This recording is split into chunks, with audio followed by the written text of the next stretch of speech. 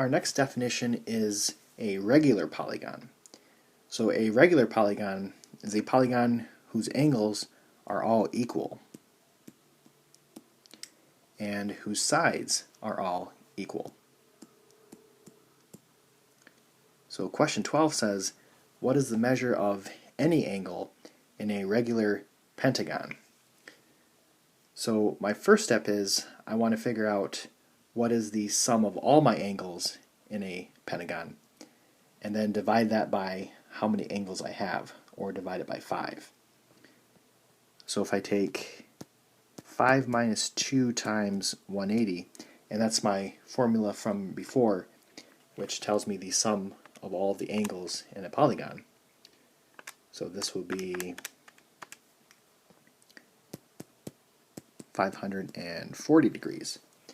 So the sum of all the angles in a pentagon is 540.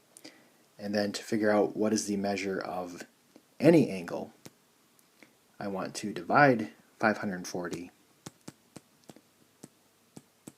by 5. So 540 divided by 5.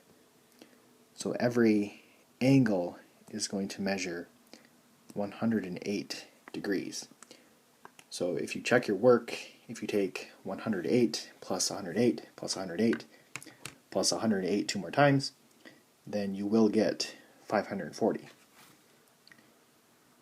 Question 13 says, what is the measure of any angle in a regular triangle? So if we use the formula, 3 minus 2 times 180, we get 180, but again, we knew that the sum of the measures of a triangle is 180. And then we divide this by how many angles there are, which is 3. So if they all have equal measure, this has to be 60 degrees.